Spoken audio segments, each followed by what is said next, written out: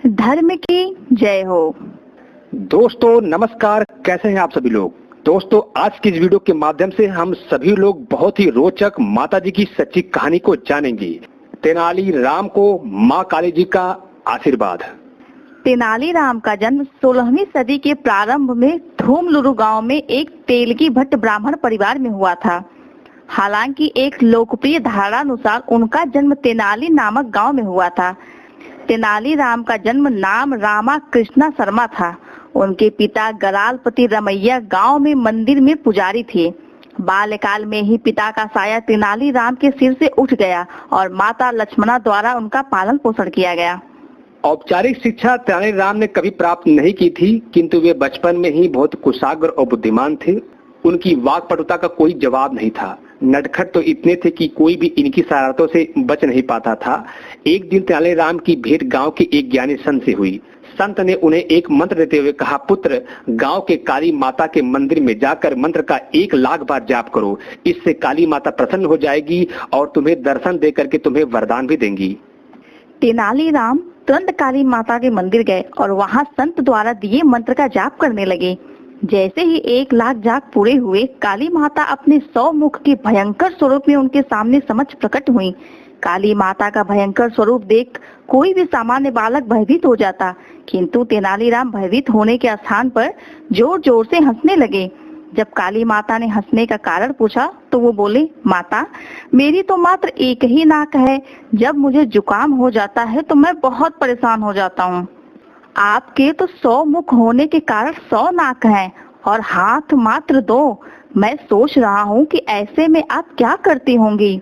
तेनालीराम के हंसमुख स्वभाव और बाल सुलभ बातें सुनकर काली माता हंस पड़ी और बोली, पुत्र मैं तुम्हें वरदान देती हूँ कि भविष्य में तुम विकट कवि के रूप में प्रसिद्ध होगे।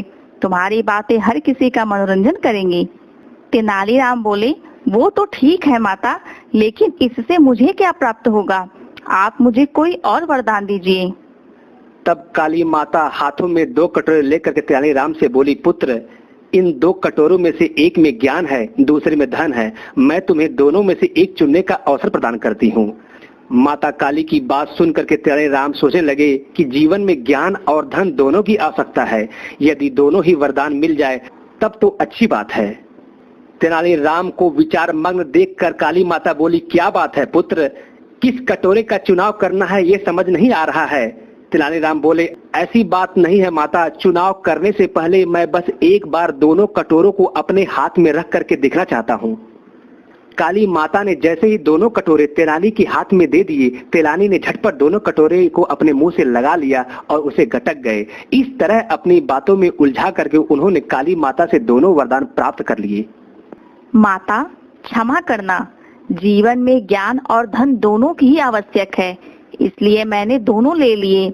जब तेनालीराम ने भोलेपन से ये बात कही तो माता काली हंसने लगी। पुत्र मैं तुम्हें दोनों वरदान देती हूँ। जीवन में तुम कई सफलताएं प्राप्त करोगे, किंतु ध्यान रहे कि तुम्हारे मित्र तो होंगे ही, शत्रु भी कम न होंगे, इसलिए होशियार रहना।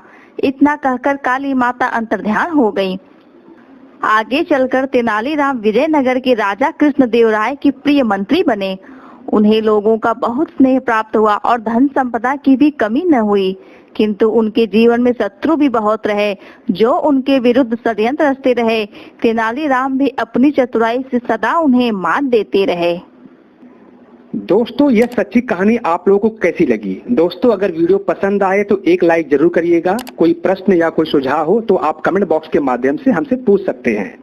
दोस्तों वीडियो देखने के लिए आप सभी लोगों का बहुत बहुत धन्यवाद।